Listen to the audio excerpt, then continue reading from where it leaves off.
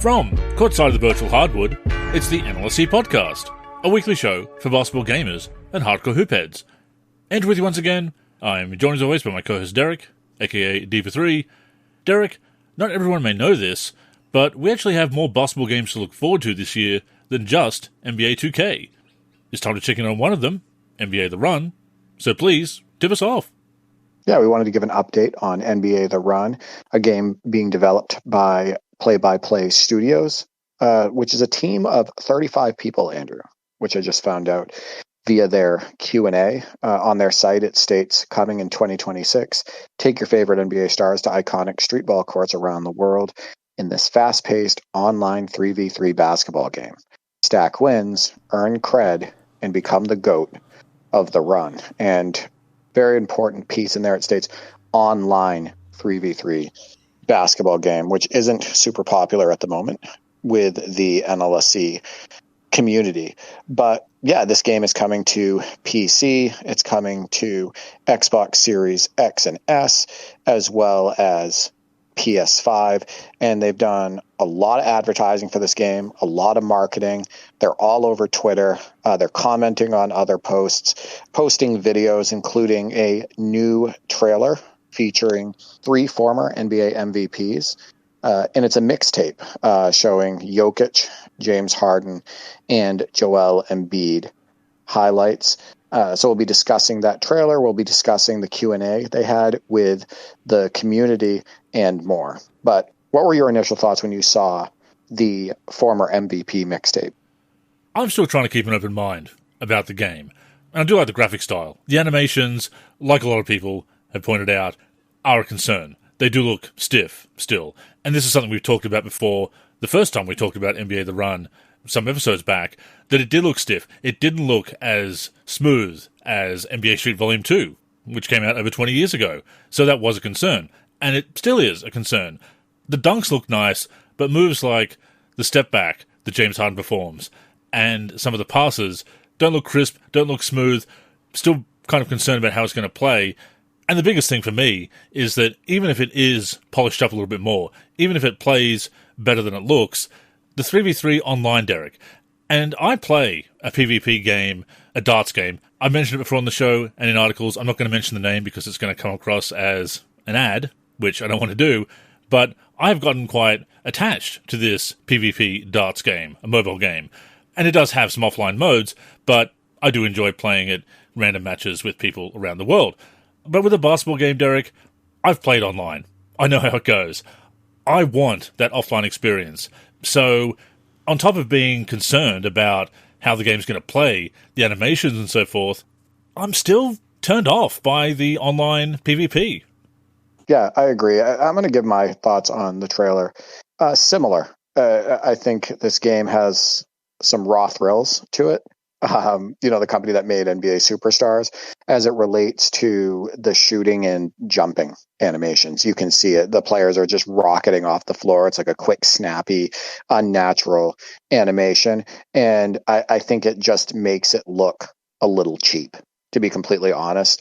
I think that the dunks, just like in NBA Superstars, look pretty good. They have a two-handed dunk with Joel Embiid in that mixtape that looks absolutely awesome. And they also had like a separate dunk trailer where the dunks looked pretty good, like with the legs flailing in the air, the arm movement, the body movement, etc. I think it looks pretty solid. It's just the shooting that looks super awkward, and just your regular jumping animations when things like step backs and passing. The passing looks incredibly unnatural from the footage that I've seen. However, I love the graphics. I think the game looks great. I think some of the cyber faces and the likenesses in general are better in this game than what we have in NBA 2K26. I think they knocked that out of the park. Agreed. The scenery looks great too. The crowd, the courts, the details, all of that, the accessories on the players. I just love the way that this game looks. But as you know, and we've talked about it so many times before, nothing is as important as the gameplay, the way it feels on the sticks, in combination of the way it looks on the screen. So I'm going to get to some of the responses to that trailer in a moment. But yeah, those are my thoughts on that. As it relates to being an online only game, I think they're missing out on, possibly millions of customers. I know that sounds like maybe an exaggeration or whatnot, but this game could hit. There's a big audience for this type of game, in my opinion. I think that people have been waiting and wanting something different in the basketball gaming space, something that's not NBA 2K, something that's not 5-on-5 sim, something that they can play casually, maybe even competitively online, that isn't that full court 5-on-5 game that I think for a lot of people, because it's only been NBA 2K in the space now for so many years, has gotten a little bit stale. Something that they can have fun with, something they can play with their kids, right? Something that they can play locally. Unfortunately, with this game being only online, it cuts out all of those people that just want to either have that single player offline experience, play against all the teams, do the unlockable piece, all of that. People that don't want to get online in general, they don't like to do the voice chat. They don't like to be competitive online. There are millions of those types of gamers, Andrew. That's why so many offline games still do so well. They're missing out on parents with kids that want to share that experience with them locally. They're missing out on the people that want to have their friends over and just have a blast, with some snacks and whatnot. That is still a thing. So I think that they're missing out on potentially millions of consumers by making this an online only game. And look no further than the original NBA Playgrounds, which hit over 500,000 in sales in the first 3 months, and they didn't even have online play at that point, and that game wasn't as well advertised as NBA The Run. And I think it was a little unfortunate when I was looking at the Q&A. Royce did ask the question, Royce, friend of the show and whatnot, is this going to be online only? Is there going to be a single player mode in the future? Are we going to be able to play offline multiplayer, etc.? And he didn't get a response, but a lot of the other questions did. So I know that they stayed on their site that it is only an online 3v3 game, but having possibly a response from their dev team that states, yes, we do believe this is important. Yes, this is an update that we want, after release and whatnot, to get that offline option in there. But I just think it would be appropriate to have a response one way or another. It never bodes well, silence, ignoring the tough questions like that, because they did allude to the possibility that they would patch in some kind of offline tournament mode, season mode, offline play of some kind. It sounded like they were open to it. So the fact that they're not addressing it, yeah, that is a concern. And I agree with you. I don't think it's an exaggeration to say they're leaving a lot of sales on the table, because it is myopic. And we pointed this out when we talked about NBA The Run before on the previous show, that they're saying, it's all about the online scene these days. This is how people play these days. And it is. People do play online. Obviously, PvP is important. It's huge. You do need to have that online component to the game. But, like you said, still, so many people want that couch co-op or couch head-to-head experience, or a single-player experience, a campaign mode that they can play through. That is still a thing. And without it, the game is kind of shallow. And it also caps the price you can charge for it. I know we're going to get into that as well a bit later on, and we also touched on it on the previous show as well, that if you are not going to push through these updates, if you're not going to launch with offline content, offline modes, then you really can't or shouldn't charge a lot of money for it, because it is a very bare bones experience. It's only for the online gamers. And it's a shame, because they are doing something very cool with all the streetball courts from around the world. It's what NBA Live 19 did with the Streetsball Tour. And I really enjoyed that mode. It was a really nice change of pace. And of course, you could actually make proper use of the streetball moves in that mode in NBA Live 19. They didn't feel out of place as they did with the NBA gameplay. But I really enjoyed the detail that went into those courts and the concept of going on a world tour and playing on all these courts. So that's a very cool concept to borrow for this game. Again, you can have a really cool offline mode, an offline campaign mode, doing that. And I think they're just leaving money on the table, sales on the table, and quality on the table, quite frankly. I would say that the majority of gamers want an offline component. That's the piece that's missing here. I would still say that the majority, whether it's a sports game, adventure game, RPG, action game, etc., they still want that offline option. In fact, the majority of the time, I think people would play that over the online option, even younger gamers. Why? Because oftentimes that online component is stressful. You and I both know absolutely. that, right? And oftentimes it can get toxic. And honestly, I think the majority of people don't want to compete in that atmosphere. And that gets taken away when you're playing offline, when you're playing the CPU, when you're making great highlights, when you're unlocking players, when it just eliminates all of that stress, right? And I think that a lot of people still want, like I stated, even some people that are in the NLSC community, they want to get a game like this so they can play with their kids, create memories at home. There's a lot of people out there that want the local multiplayer option for when they have friends over, like I stated earlier, and whatnot, pull an all-nighter, compete, laugh in person, all of that stuff. Parsec? So, also for Parsec, yeah. I'd say. Yeah, exactly. So that's that. I do want to point out that one thing that they are doing a good job of right now is marketing. They are all over social media. I can't get away from it. And it's not just because of my algorithm. It's because people in our community are also commenting on this stuff, right? They're posting new teams, which I'm going to get into in a moment, that they announced. I believe they're new teams that you can select in the game. At least that's the way it's coming off to me. I might have to ask that question of the devs to see if that's the case. But they're just showing a lot, and they are everywhere at the moment. So like I stated, they announced that 3 former MVP trailer. They have a team called No Fly Zone, which is a team made up of top defenders, Bam Adebayo, Anthony Davis, Scotty Barnes. Then they have the Flight Club team, Anthony Edwards, Ja Morant, and Zion Williamson. I mean, how cool would this be if they had retro content in the game and they had like a Flight Club team with like Michael Jordan and Dominique Wilkins and like Julius Erving, or definitely. Something like that, or throw Sean Kemp in there, or something, Vince Carter. Like, that would be cool. And the way the graphics look on this game, like, that would be awesome to see. It states choose your squad, and they show other teams. There's Team Green Light, which is a team of great shooters. It's Kevin Durant, Devin Booker, and SGA. They have Mid-Range Masters team, which is Steph Curry, Donovan Mitchell, and Jalen Brunson. They have the Beasts in the East team, which has Giannis, Jason Tatum, and Banchero. They have Young Two-Way Demons, interesting name there, Cooper Flagg, Amen Thompson, and Victor Wembanyama.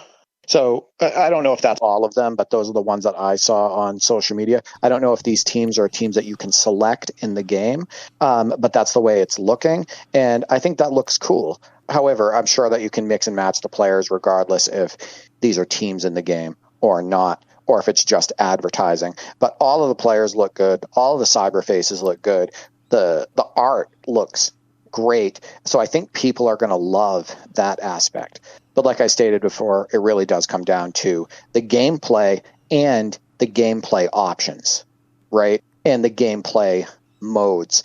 And I'm worried that the gameplay itself might be a little bit too much like NBA Superstars for the reasons that I mentioned, animation-wise. And then I'm also worried that the depth of this game is not going to hit with most people. Yeah, those are two very big concerns. Like, two of your biggest concerns when it comes to a basketball video game. So, that is a worry at the moment. Like you said, the graphic style, fantastic. Love it. These teams, I hope you can select them and face them, because that's a fresh approach. I love the NBA Jam style, where you're playing with a squad of hand-picked players from each team, or legendary team as the case may be. I like that approach. I like the NBA Street approach. The NBA Player Against approach works as well. I wasn't a big fan of how you assembled the collection with the card packs and all the grinding you had to do, but being able to mix and match in NBA Playgrounds and NBA 2K Playgrounds 2 was a good idea. There's definitely room to have these fresh approaches to the teams that you face and can use as well. So I hope that they are available, those squads. They sound really cool. But like you say, the most important thing is the gameplay, is the modes of play that are available. And of course, even if we can all get on board with it being online PvP, if the on-court experience isn't up to scratch, then we're going to put the game down very quickly. Yeah, and when you have like these cool ideas for teams like mid-range masters and all of that stuff, if you can use them, it sounds like you're locked into using those teams again in an online space against somebody else who could maybe use the same team or just use one of the other teams like Team Flight Club, and you guys go up against each other. So in that way, I wonder if this is more advertising more than teams that you can actually like use, sure, like that are built into the game. But we'll see. I don't know exactly. But I wanted to get into a Q&A that they did on X, formerly known as Twitter, back in December of 2025, because I think there's some interesting information in here. So how many people are at the studio now building the game? They stated we're a team of 35 people. Our internal team and our great partners who are helping us. It's a small team by most standards, but we've got big ambitions and even more passion for bringing these types of games back. So, yeah, it's a small team, Andrew, right? It's a small development team, and I understand that when I watch the footage and when I look at the depth. But that doesn't mean that we still can't critique it, and we will. I mean, some great games over the years have been made by smaller teams, especially games like this. And I know times change, expectations change, technology changes, whatever, but they're working with the Unreal Engine from what I can see, which obviously a very popular engine to develop with. And yeah, it probably is a good-sized team for what they're doing. Another question was, what state was the game in for the teaser trailer? And this is the trailer that we talked about many episodes ago when NBA The Run first got announced and replaced their original project. The Run got next. Their answer was the teaser trailer was captured during pre-alpha. We've been making steady improvement since, and we're excited to show more as development continues. Another question was, what engine is the game running on? They stated we are building the game on Unreal Engine 5, which has kind of been hit or miss. In the gaming community, some people think that performance isn't very strong on Unreal Engine 5 games. However, I think with a game like this, I don't think there's going to be many performance issues at all. I just don't think there's enough going on the screen at once that's going to bring down that performance. So hopefully that's not a problem at launch. Another question was, will the game have crossplay? Yes, the game is crossplay enabled right now, in fact. And when we run our internal playtests, we have team members playing on all platforms. So that's cool, right? Yeah. So they're going to have crossplay. People on PC are going to be able to play with people on console and vice versa. Another question was, is the game coming to Switch too? I know this is important for a couple of members in our community who have stated on the Discord that they use a Nintendo Switch. It states NBA The Run is launching on PS5, Xbox Series X and S, and Steam on PC. It states we've got a lot of fans of Switch 2 on the team and won't rule it out for the future if it's something there's demand for. But as a small team who's building and publishing the game on our own, it's important for us to focus. So he's basically saying focus on the platforms that we have already announced. Can you tell us more about Play-by-Play? So Play-by-Play Studios, who's making the game. We're a small group of developers who came together starting in 2021 and have been slowly adding new team members along the way. We think there's a hole in the market for the types of sports games we loved playing in the past, brought forward to today's players.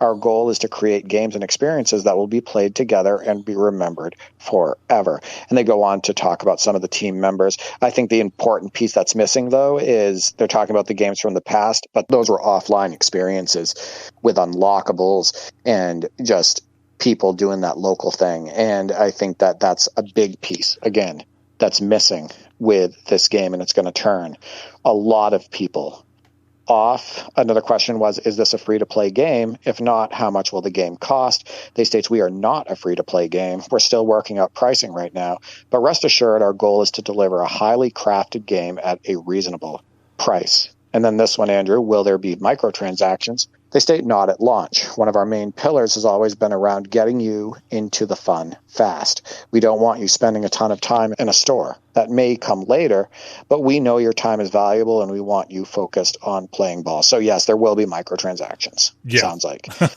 at some point with this game, especially with an online-only game, that wasn't a no. That wasn't a no. Yeah, exactly. They're going to be there. It continues, are the original IP characters going to be in the game? And what they're talking about are the characters that were announced for the run got next before they got the NBA license. They stated, yes, of course, we have fictional street legends that we developed for quite a while now, and they're tied to the fabric of the game in the world of the run.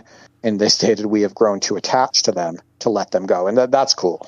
Yeah, right? They got attached to the characters. They were probably doing a ton of play testing with them. And yeah, that's cool that they're going to be in the game. And then one of the other questions was, how many players will we get to choose from? And they stated, we want to make sure every player is handcrafted. That includes their look, their animations, and most importantly, how they play. And with a small team, that means focusing on a select group of players. Our plan is to have 30 available right from launch and then adding to the roster over time. 30, it's not a big roster, but it's workable. Right. Yeah. In a game like this, especially with 3-on-3, you'll have some repeats, obviously, especially online, and especially once people work out the meta, right? And whatnot. So the people that are going to be playing this game, they're going to gravitate to the people that they can dominate with the most. So you'll probably see a lot of repeats in that way. I don't know how they'll control that system. I don't know if they're going to make people at times have random teams or have to use random players. Who knows? But at the same time, I can see, the most dominant players, Andrew, being chosen the most. Oh, absolutely. It's like any PvP game. Everyone's got the meta down in the fighting games, in Mortal Kombat, Street Fighter, etc. So you see a lot of popular choices, for sure. And like you say, 30 is not a huge selection to launch with. I thought it might be a bit higher, but if they are handcrafting the players, it certainly makes sense with that smaller team, to their point. But I do wonder if that's where microtransactions are going to come in, getting those players, unlocking them quicker, or having to buy them as DLC. It wouldn't surprise me. And I think that would be a really bad way to go. They're already kind of throwing away some goodwill with the myopic decision to be online only. So if they make it microtransaction heavy after launch, then I can see them really shooting themselves in the foot. And just to back up a little bit, I agree that the Unreal Engine probably won't have too many performance issues with this particular game. And like we've said before, Derek, we can talk about different engines and which engine games should run on. A lot of people wanted NBA Live to go to Frostbite. Other people said, Frostbite isn't all that, to go back to EA's Ignite engine and so forth. But it comes down to how well they're utilizing the engine, no matter what the engine is. So I'm not really concerned about that. It's good to know, I suppose. It's important technical information. But, it comes down to how well they utilize that power. Yeah, I agree. I think it's just in the hands of the development team, right? It's how well they know that program, how well they know basketball, if they're doing any mocap, how well done that is. And we talk about the limited player roster. Another big draw of a game like NBA Street Volume 2 was the classic players.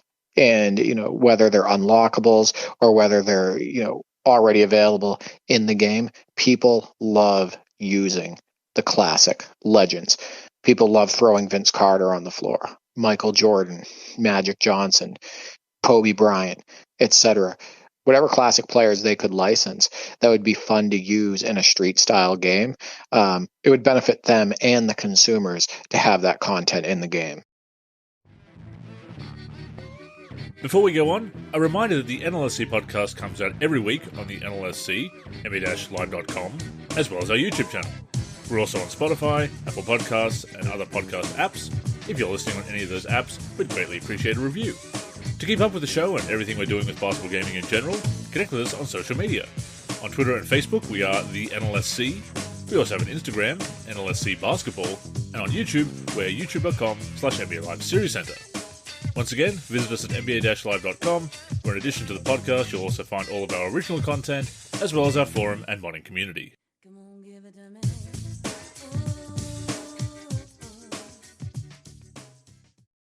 I just wanted to get to a couple more of the Q&A questions and answers. Will we see signature moves from NBA players? I think this is a big one, Andrew, because it's representing the NBA. States, while our game isn't built around being photoreal or representative of the basketball you watch night in and night out on TV, our players are handcrafted. So players will have signature moves alongside moves that fit within the style of our game. more street ball, less professional. So cool to see that, right? So say some signature style, but tailored to the streets and whatnot. So I think that will be cool. They state, do you plan on adding more characters in the future? They state, absolutely. We want to evolve and grow this experience over time and want to continue to hear from you about who you want to see in the game. Another one that might be relevant to those people who want to jump online and play this game, it states, are there going to be different rules for matches? Can they be customized? Yes, there are different rule sets for every round that will vary how that round is played and ultimately won. We've got to keep you on your toes every round. And then this is one where you were locked in on NBA Superstars, and you and I talked about this. This is definitely something that was kind of frustrating. It states, are there traditional roles like guard, forward, and center? It states there are no assigned roles for every team, but players definitely have strengths and weaknesses that will leave you needing to put a lot of thought and strategy into building out your team of three. Theoretically, you can run a team that goes all in on defense, threes, bigs, etc. And that's what I think those team announcements were. If they're not teams that are in the game, it's giving you ideas of teams that you could put together.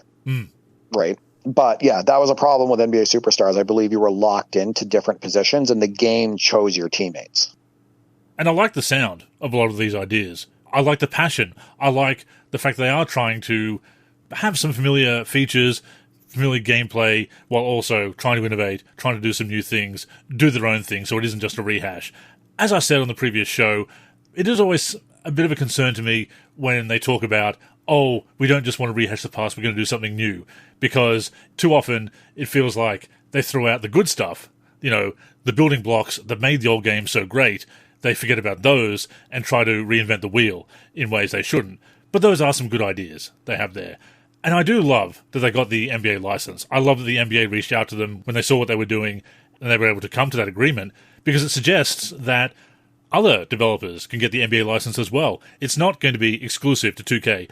Other studios, publishers, are not going to be priced out of having the NBA license. The NBA is willing to work with those smaller developers, at different costs, different revenue sharing, whatever. We've covered 2K re-upping their agreement with the NBA for billions of dollars, obviously beyond the budget of smaller companies. It doesn't sound like that's going to be an issue as far as other people getting the NBA license. So I love that. And I love that they've been able to expand upon the original idea. And again, I do love that they're keeping the original characters in there. That's a nice throwback to NBA Street, when you had the NBA Street Legends, and other older games as well, where you had those fictional characters that became virtual hardwood or virtual blacktop legends. So yeah, I really like that approach. Again, I like a lot of their ideas, but the stumbling block is the gameplay going to be up to scratch and online PvP? Yeah, I definitely agree with all of that. I'm going to get to the final two Q&A questions here on Twitter, and then we had a community question related to the updates to the game, what people thought of the footage, what they'd be willing to pay, etc. So we're going to get into those in a moment. The first of the last two questions is, are there going to be mechanics that you need to learn in order to master the game? They stated, our goal from the jump has been to design a game that is easy to learn and fun to master. You should be able to pick up a controller, load into a match, and know the basics and have a great time. At the same time, there's a layer of advanced moves and strategies you'll need to learn to really elevate yourself above the rest of the field. The problem is that there's not going to be an offline mode, it sounds like, for somebody to practice, right? In order to, hit the ground running and be competitive in the online space against people that have already mastered the moves. So I'm not sure how great this game is going to be for newcomers, just thinking about the, how it's being made, right? Where people are going to practice. I'm sure there's going to be a tutorial, right? And whatnot. But, this is also another reason why offline is so important. Absolutely. You can master those mechanics. You can get better. You can play against the CPU. Maybe you start on a lower difficulty and then move your way up to higher difficulties, and you're like, yeah, I can do this. I know how to do these moves. I can be competitive. Playing against, other humans locally, a brother, a sister, a parent, etc., or vice versa. That's another way to get better at these games and also have fun with these games. So, I that sounds great and everything, but I'm wondering how welcoming this is going to be for newcomers. Yeah, the easy to pick up, rewarding to master is a great approach. I like the sound of it. Again, it's one of those areas where the game sounds really good. It sounds like they have a great vision for the game. But like you said, you need that offline tutorial. And even if you have that tutorial, it's not the same as online play. There's issues such as input lag. You can practice as much as you want offline, but until you get online, you don't really know how to account for that, how to compensate, how to time online. That's been a big issue in 2K. And the other big issue in 2K is that lack of matchmaking, that lack of proper matchmaking, where you do have people thrown in against tough squads. You have full squads going to the wreck. I know they've changed that a little bit in recent years, but you still have issues where the sweats will go to an arena where they can face easier competition and beat up on easier competition. So that is what's made the online scene so toxic.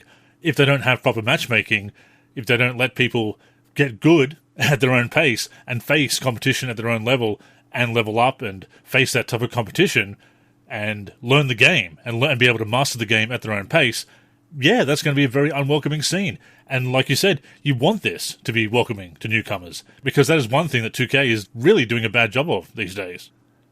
And the last question on here was, are you trying to add something like game breakers? So obviously game breakers were a big hit in a game like, say, NBA Street Volume 2 and whatnot. They state, yes, for those who have been with us for a minute, you may have seen a breakdown about a year ago of how we were approaching this type of system. In the last 12 months, it's continued to evolve into something a little different we call in the zone.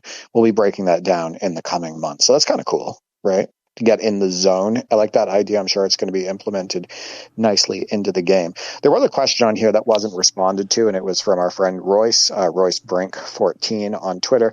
Will there be like single player mode without being online all the time?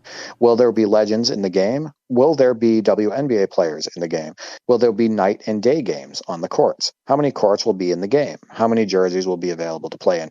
So a lot of questions from Royce, obviously leading off with our biggest concern, that offline component. And it wasn't responded to, but yeah, those are great questions from Royce. Absolutely. And like I said earlier, it doesn't bode well when questions are ignored. And obviously there's certain things they only want to talk about at this time, things that are going to be revealed in time.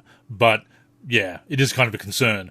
I remember when NBA Live 14 was coming out and I asked, is there going to be creative player? Is there going to be roster editing during a Q&A with the official NBA Live account?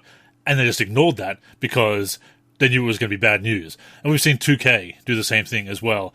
And I understand, but the silence speaks volumes, and it certainly does dampen your enthusiasm, because you can kind of take it as read. No, don't expect that.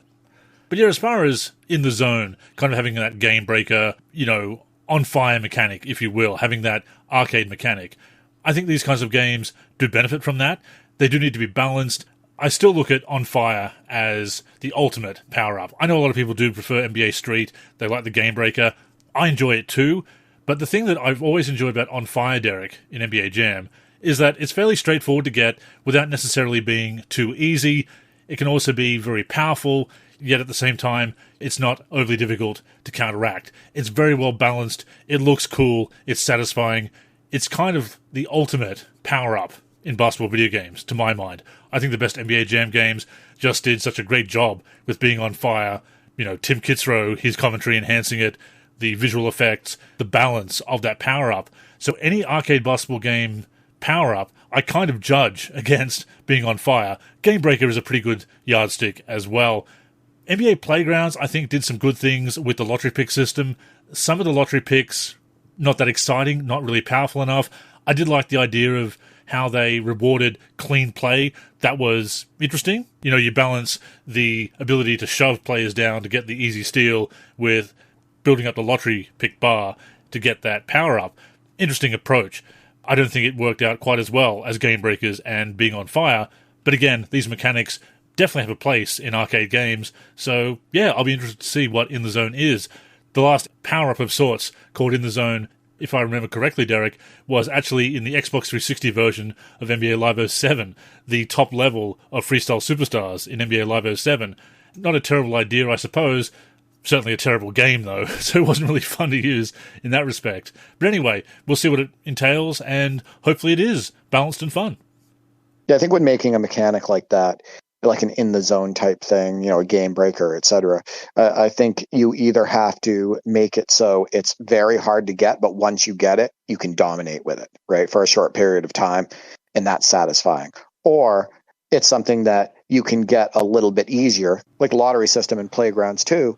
It may be a little bit easier to get, but it's not super dominant. And you can just get it a little bit more. Yeah, I think they have to go with one of those two approaches. There was one team that I forgot to mention that they announced. They called them the Court Visionaries, and it's LeBron James, Cade Cunningham, and Tyrese Halliburton. And at the end of it, it states, which superstar are you adding to your 3v3 squad? So that makes me think that this is their way of announcing the players, and that these are probably not teams that you can choose in the game, although they might be, or you can put them together yourself, right?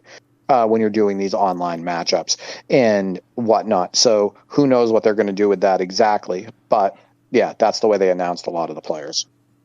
Yeah, once again, I do hope that those squads are selectable, or that they do have some pre-made squads like that, because the names are pretty cool, and I think the concept works pretty well. So I wanted to read some of the responses real quick to the MVP mixtape that they posted, that footage. James Brooks, the top response on my page, states, "This isn't NBA Streets, but we'll see. What if this is good?" The next comment is, "This not going to scratch that NBA Street itch, but I guess." Then the next comment is NBA Street Light. And these are the quote tweets for that mixtape. And then Christopher London states, "Got to smooth out the animations or this won't last a week. Prayers, though." And that is somebody who has 436,000 followers. On Twitter, 49K people saw his response. And then there's some people who are excited about it. They state, "Who wants the smoke first?" Closer and closer. They're excited for the release. Someone goes, So that's kind of a mixed response. Next response is, "Games no longer having local multiplayer is such a letdown," speaking to what you and I were talking about, Andrew. Another response is, "Whole time this game is a 3v3 freestyle reskin, not falling for it." And they're speaking to 3v3 freestyle rebound, which is a Steam game. And yeah, that game, animation-wise, is pretty poor. I've played it. Another response, "Bra, all it needs is for the shooting to be like 8% more floaty and we all the way back." So he's alluding to those shooting animations that I was talking about, where the players are just kind of snapping into place, like it's a quick jump and then down to the court. It just looks really awkward. So those are some of the responses, kind of a mixed bag. But yeah, I know somebody else bringing up that local multiplayer option missing. And I think that's fair all around. I think the skepticism is understandable. We certainly share it. These are valid criticisms. They should not be shot down or ignored. We want these games to succeed, and that does mean offering constructive feedback and being real about the games. You know, there's so much toxic negativity in gaming communities and online communities in general, so I understand pushing back on that. But it does lead to toxic positivity, where you're not allowed to say anything negative about the passion, whatever the community is centered around, the hobby, a video game in this instance. You know, toxic positivity is a problem as well. But yeah, there's some pretty balanced responses there. Some skepticism, criticism, also excitement. People do want something new. They're willing to accept some of the rougher edges and see how the game feels in their hands. Absolutely fair as well. But yeah, the concern about being online only, PvP only, that is going to be an issue with this game. Yeah, my concerns right now are related to the feel of the game based on the animations that I've seen, the look of the game, which is going to impact the reception of the game, and that missing local piece, that local multiplayer, the local single-player mode, the whole unlockable piece, etc. That concerns me.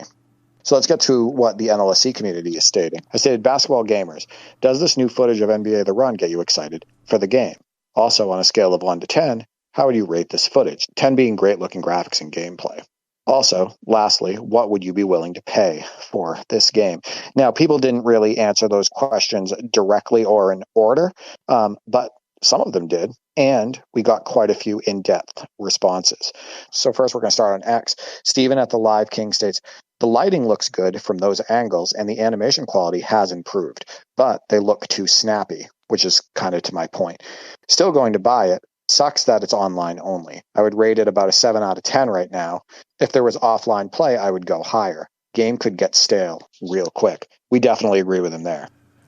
Yeah, again, it does feel quite myopic to not have that offline play. Not to harp on the point, but it goes to show that it is important to people because there are so many comments about it. Even if it was bare bones offline, right? Yeah. Like, even if it was something, you have to play through all the NBA teams and then they give you like a cool celebration screen, right? Or maybe it's that, and then you can play local co-op or local head-to-head. Unlock something, and you have like a practice mode, right? Like, even if it was bare bones, even with no unlockables, or only a few unlockables, it would be a much bigger hit, in my opinion, and hit with a lot more people. T Gentry at Bucky_T states, I'm kind of excited, I'll admit, more so just very curious on how this plays on the sticks.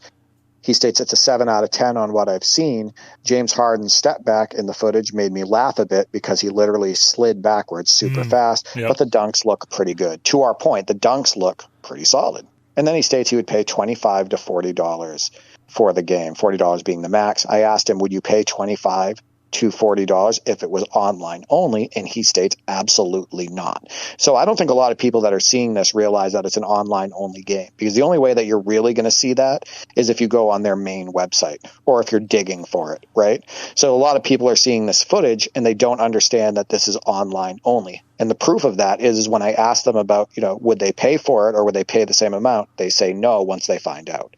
Stasho Bro at Nate Stasho states, I'd be excited to see actual gameplay and not the best handpicked highlights. He states, I'd rate it a 5 out of 10 with the graphics looking decent and the gameplay vague enough to make me optimistic and wanting to see more. He states, I'd pay $15 to $20 max, but only after I watched other people play it. And I asked him if he would still pay that if it was an online only game. He states, probably not unless the gameplay was fantastic and the online community was popular. He states number one most important piece is gameplay, number two, roster variety and editing, and number three, local play. And that's the other big thing about selling this game is how much it's going to sell for. And I'd have to agree with that price point. It would be very hard to charge more than that for online only. Obviously inflation is a thing. Although video games have been pretty inflation-proof, there's been a lot of articles and videos about that over the years. But you look at NBA Jam 1 Fire Edition being sold for $15, $20 back in the day, all the content in that, the quality of the gameplay, if that's your benchmark for, up to $30 today, or $15 to $20, $15 to $25 today, yeah, it doesn't come close to the same depth or value as on Fire Edition, which I think you could have sold for more. I think they made a very wise decision to sell it for what they did as a digital-only release. So yeah, being online only having that one mode of play, not having more than 30 players at launch, you can't sell this at the same price as a regular AAA release. I mean, I'd say $10, $15, $20 at the most, right? With what they're announcing. Yeah. At this point, that's my I was thinking opinion. Australian dollars, which is probably now up to about 30 with the exchange rate. Yeah, and I'm talking US. Right, yeah, and I'm talking US. Mike P for free at Mike Pritchard states, I definitely would buy it or play it when I upgrade to PS5. Hopefully there will be a demo before the release day. I would probably wait first and see how the game is received in the community before I thought about spending money on this game, as I am usually more of a 5-on-5 sim NBA player. And that's a very important point. At the height of social media, right? The height of reviews, all of that, there are a lot of people that wait for the feedback. They wait to see what people are saying. They're waiting to see if the game is buggy. They're waiting to see if people are having fun. They're waiting to see, what people are enjoying about the game. And if the game doesn't give a good first impression, and when people find out that it's online only, all of that stuff, I think that, it's going to have its bumps and bruises on release day, and I think that's going to hurt their sales. I also want to point out that he also didn't realize that it was online only. I stated, would you still buy it if it was online only? He states, see, that makes a huge difference. He talks about not wanting to play online a lot of times because people cheat or use Zens, etc. So he stated he would probably say no. So again, somebody who was saying, you know what, maybe I'd give this a look. Maybe I would pick it up. This is how much I would spend. Boom, finds out it's online only. It's a no. And he brings up a demo, which is not something that every game does these days. And I don't know how they'd work it. Maybe it'll be a case of you can play it for 5 hours or something, just play it for a limited amount of time online. Maybe you can't use all of the players, etc. But yeah, this is a situation where going that old school approach, having a demo would be a really good idea. I think most companies don't do demos now because they're worried it's going to hurt the game sales. Absolutely. Right. I'm a shareware. And I think that's the primary reason, right? And lastly, on X, Ent Races Age states, I feel like we need to get away from the Fortnite animations for sport video games. At NBA The Run, go back to the 04 to 2010 animations with up-to-date gameplay. Yeah, he thinks the game looks a little Fortnite as far as like the jumping probably and just the way the players are moving. I can kind of see where he's coming from. This game, to me, like I stated, it has a little raw thrills to it, a little NBA Superstars. It has a little 3v3 freestyle rebound to it, though I do see some positives related to like the dunking animations, kind of like I do with NBA Superstars. I thought the spin move looked halfway decent that I saw in that trailer, and like I said, I think the graphics look good. Yeah, that is an issue in game design, the follow the leader aspect of it, and sometimes some trends stick around too much, or they're not suitable for different genres, but developers go for it anyway. I think that certainly hurt NBA 2K with the season pass approach, with the open world approach in my career, things like that. That snarky remark about Fortnite with basketball thrown in has been levied at NBA 2K in recent years. Not all trends should be followed by all genres. So, yeah, I see what he's saying there. And we did receive one response on Discord. KidCash202 states, until I get actual gameplay footage, I won't even have an opinion on this game. Show me some substance. And yeah, it's kind of like the whole preview season with NBA 2K, right? Where you get like a trailer and we get closer and closer to release day, and still that's really all you've seen until you get like that community day gameplay, which is often hand-picked and still not sharp, right? Still not good. We've talked about that many times. The people on the sticks are on the sticks because they're influencers and they're going to get a lot of people to look at it, but they don't look like they know what they're doing. But yeah, you see, as Nate put it, kind of hand-picked sequences. And that's just not enough for you to gauge if you would, buy this game. You may not even have an opinion on it one way or the other based on just that limited footage. And I'd like to think that as consumers, we have become smarter, more aware of those techniques during the previous seasons. Bullshotting, trailers with carefully curated clips from cinematic angles, doing their best to hide problematic elements of the games. Although, as we've discussed on the podcast before, Derek, when we look at some of the NBA 2K gameplay trailers in recent years, some of the issues like sliding and things are very apparent, even in those trailers. So even when they're trying to portray the games in their best light, we still see those issues. So, once again, very understandable skepticism. Yeah, so a lot of thoughtful responses from the community on those two platforms. Did we receive any responses on Facebook? So yeah, we actually had quite a few people weigh in on Facebook this week. Eric says, looks like a modern version of an NBA Street game with newer players, and Angelo responds to him saying, Street's gameplay was 100 times better looking. And that is going to be an issue where people are going to compare it to old games. And look, nostalgia is a contentious topic, whether it's real basketball or basketball video games or movies or TV shows or anything these days, comes down to nostalgia versus recency bias, Derek. But when it comes to video games, you don't want a new game to look worse, to feel worse than a game that came out 20 years ago or more. Yeah, and I think that's the problem right now with the footage that they've shown. And they are kind of announcing this game as an NBA Street successor, right? We read it in the article. They don't want to be exactly like that game. They want to do their own thing. And I think that's admirable, right? But when you have Bilbito Garcia back on the mic, when you compare yourself to NBA Street, naturally, so is your audience, so are the consumers and whatnot. So are people looking in on the footage. So, part of the problem with that gameplay footage right now is people do not think it looks as good as a game like NBA Street Volume 2, and this is a game that's being announced to come out in 2026. Simba says 3-on-3 freestyle reskin, LOL. And yeah, not the first person to make that comparison. Yeah, I've actually seen that quite a few times now. And yeah, I think it's a little bit related to the graphics direction, like the lighting, even though I really like the graphics in this game. But I think mostly related to the animations they're seeing in the hand-picked gameplay footage. Jarrell says, give it a 7 out of 10, but I think they will tweak it some more before it officially drops. Got it saved on my wish list and will cop because I only got to play the NBA Street games second-hand since I didn't own a PS2, had a Dreamcast. So, obviously, there's some optimism there, and understandably so. And if you didn't spend a lot of time with the NBA Street games, that could be to your advantage because you don't have that point of comparison. But does he know that it's online only? Does he, he's talking about revisiting the classics, right? Later in life and enjoying those. Of course, he's playing those offline. Does he know?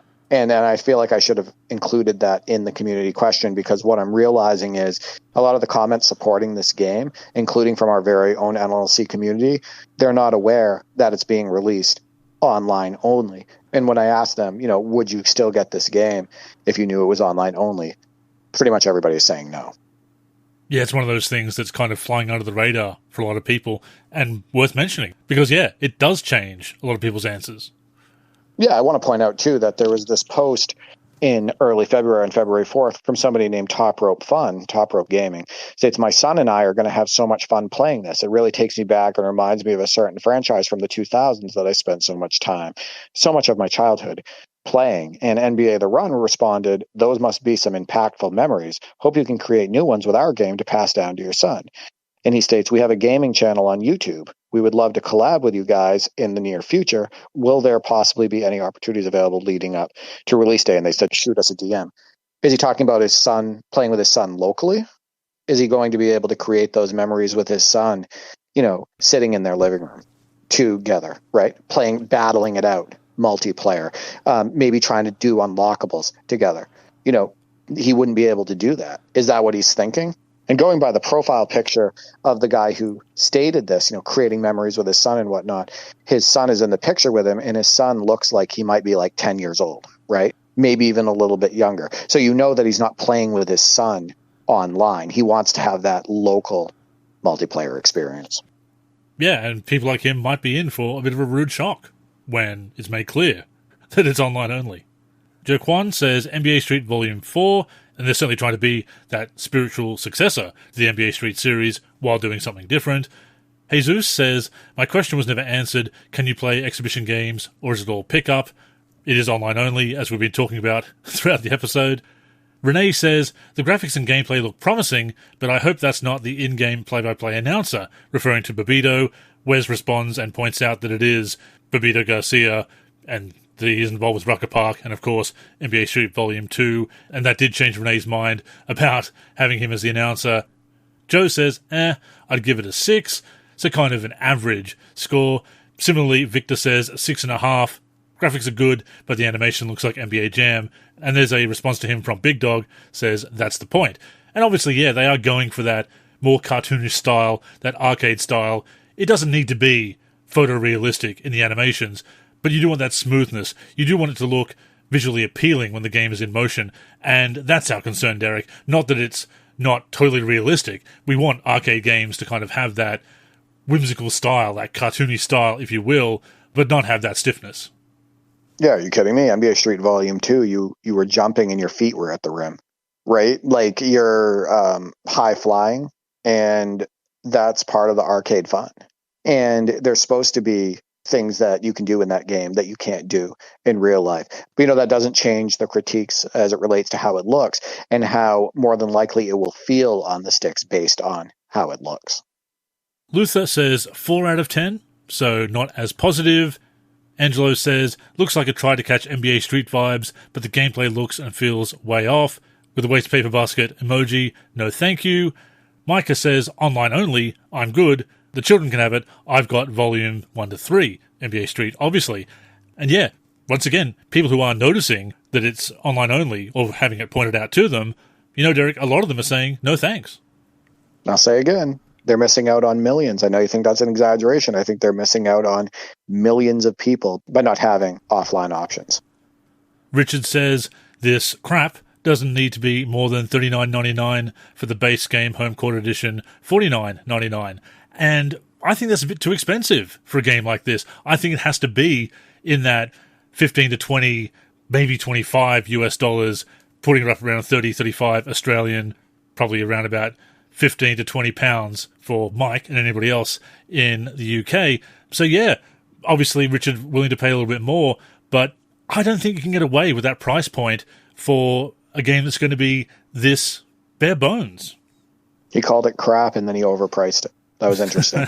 Yeah, I would say that I would pay even less the more I learn about it than I had mentioned on the earlier show. That's if I bought it in general. Like I have no interest in playing online.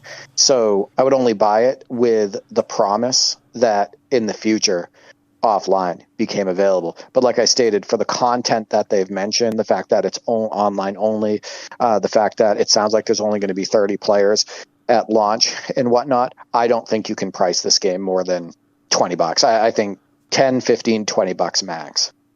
I mean, I know you're still waiting for a big sale on NBA Bounce, because even with offline gameplay in that game, it's priced way too high for what it is.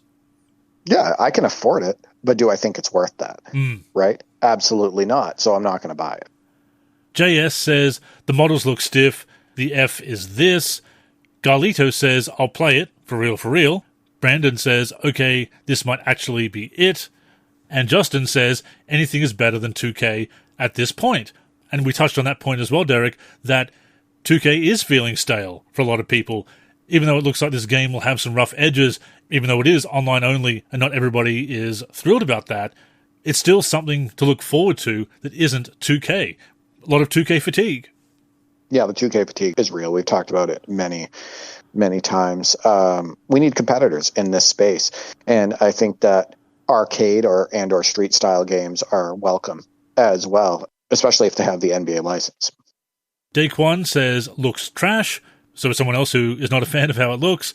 Chris says, don't like that it's online only and don't like how jerky the animation looks. NBA Street Volume 2 will forever be king at this rate.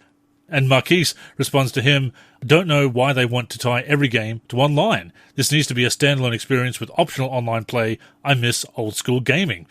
Once again, Derek, not to harp on the point, the traditional offline gameplay, solo gameplay, couch co-op, couch head-to-head, it's not dead. People are still passionate about those modes of play.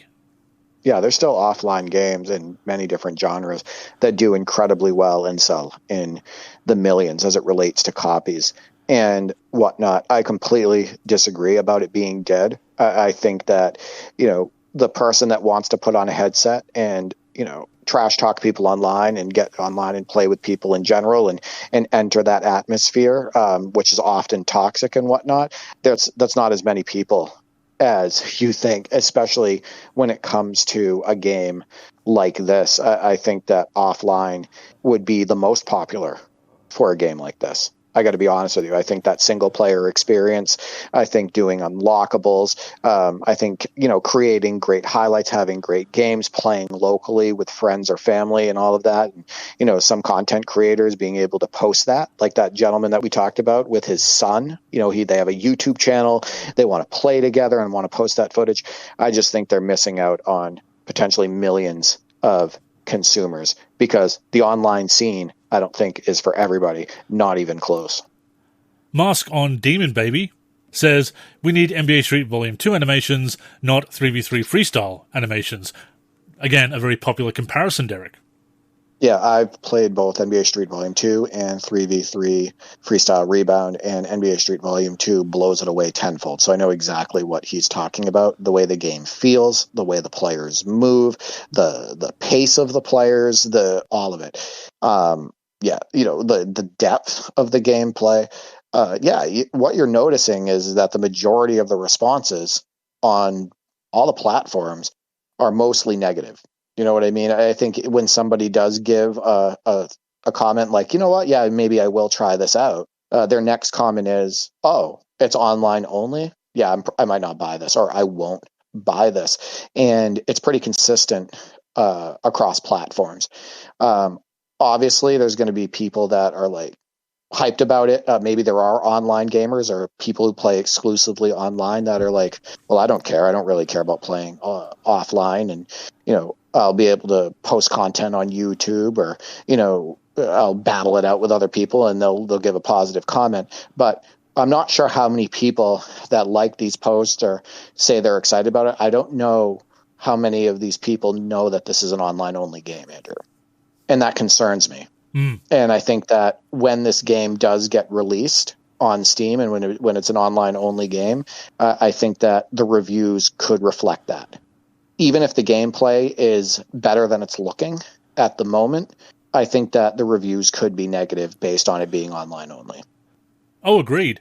And it's not like they're hiding the fact that it's online only. Obviously, they're mentioning that in the Q&A, they're mentioning that in promotional materials, in the Steam store listing, etc., but it's still kind of flying under the radar, so people are discovering it, and it's dampening their enthusiasm. So, yeah, that could definitely be an issue at launch, where even though they haven't really been hiding it, it still escapes people's notice, so that probably will lead to some negative reviews at launch.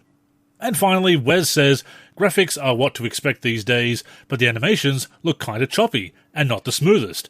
Probably wouldn't drop more than $20 on it, maybe $30 if the reviews were overwhelmingly positive.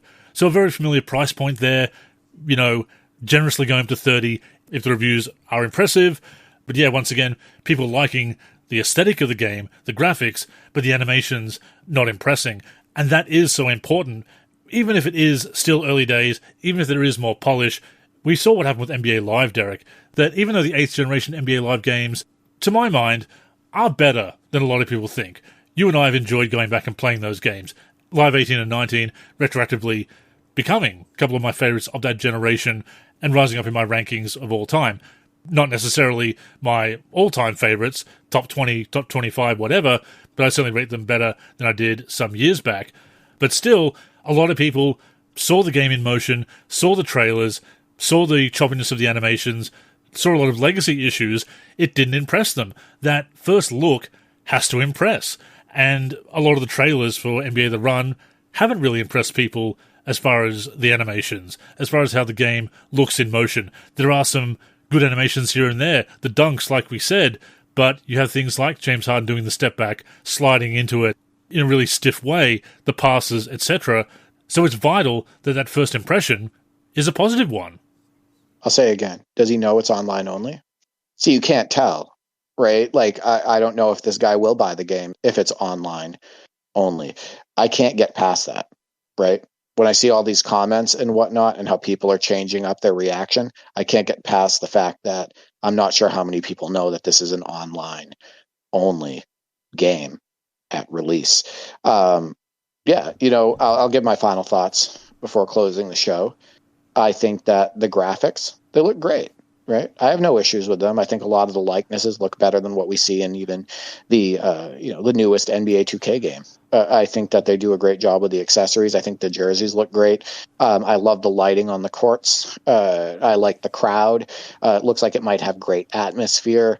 I like the way dunk animations look and whatnot. But I'm really skeptical gameplay-wise because of those, snappy animations, the animations that look like they're from NBA Superstars or 3v3 Freestyle Rebound, the unnatural movements, all of that stuff.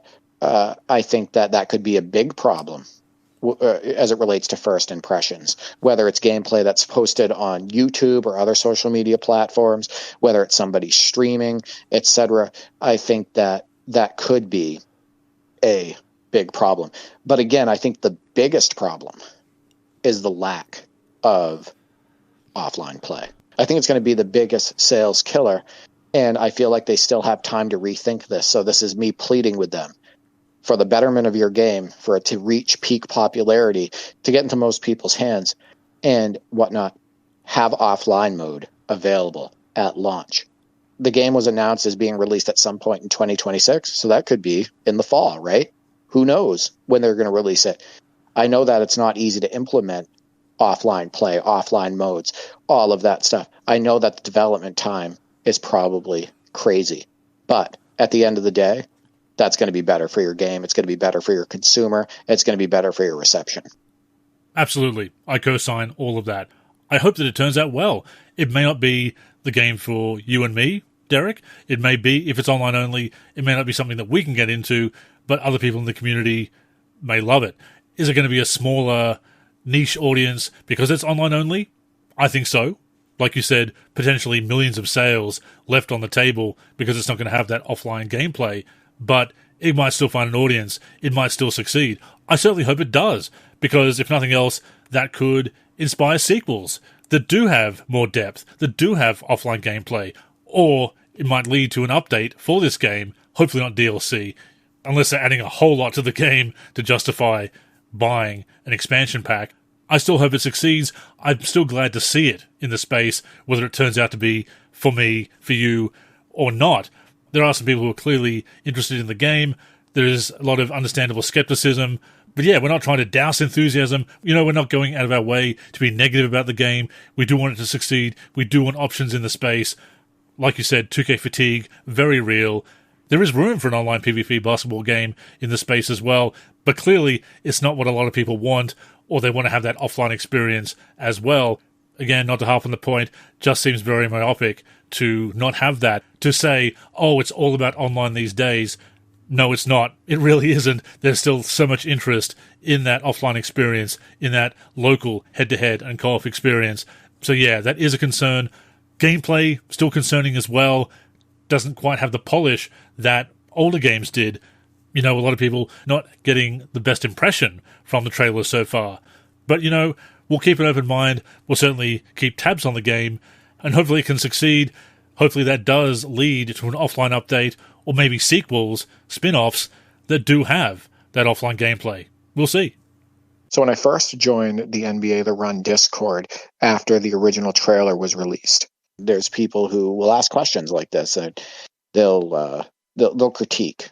And there's some people in there that immediately shoot it down, right? And it's comments like, let them be great. They have a vision, and, we might be able to get stuff later on in the development cycle, and blah, blah, blah. It's just almost like silencing these people that have toxic positivity, ideas, yeah. Right. And it's not the developers that are doing this, from what I can see. This is no blame on them. It's just a couple people, right, in that Discord. And it's like, no, this feedback is incredibly important. This feedback is valuable. I hope that the developers listen to this show and hear our talking points related to this game, the positives, the negatives, the constructive critiques, what we think about the footage, what we think about the features that were announced, all of that stuff. I want them to listen in and hopefully take something from it. Nothing can be more frustrating at times than, you have a valid critique, or you have an idea, or you're presenting them with information that maybe they hadn't thought about, right? And then to be immediately shut down by somebody that states, oh, this game is going to be great, they have a vision, blah, blah, blah. Basically, let them do their thing. No, this feedback is important. Yeah, again, toxic positivity is an issue in fandoms these days. The shutting down of any criticism of constructive feedback, well-meaning, polite, well-reasoned constructive feedback. Toxic positivity can be just as bad in a fandom, in a community, as toxic negativity. And especially when it comes to video games, where you have that opportunity to provide feedback to the developers. I wrote about the predictable fate of NBA 2K Playgrounds 2 in a recent Monday Tip-Off article, Derek, and I think this was a problem with the Playground series. They were trying some things that were different, some of them were good, some of them were bad, but as they were building that community, a lot of people were shouting down criticism. This isn't Street, this isn't Jam, they're doing their own thing. And people were saying, we understand that, but some of the things they're doing are not really good ideas. They're throwing out some of the essential building blocks, the essential design principles that made those old games great. They're ignoring those and putting their own spin on them in a bad way, trying to reinvent the wheel unnecessarily. So this criticism, this feedback is very important, and people are making it in good faith. So shouting it down is not helping the game at all.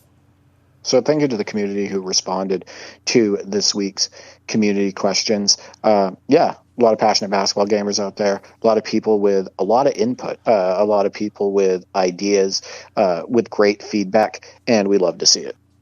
Absolutely. Thank you for being a part of the conversation, and please keep it going in the comments. With that being said, that has brought us to the end of this week's show. Thank you for tuning in, and a reminder that you can catch us every week on the NLSC, our YouTube channel, Spotify, Apple Podcasts, and other podcast platforms. Also, both we and the NLSC are on social media, and would appreciate a follow. So Derek, go and plug the handles. Yeah, you can reach me on X, formerly known as Twitter, at D for3G and at D for384. I'm also on the NLSC, D for 3, and on YouTube, D for 3. As for me, I'm Andrew in the forum and Andrew NLSC on X and Blue Sky. The NLSC is on X, Facebook, and Blue Sky at the NLSC. We're also NLSC Basketball on Instagram and Threads.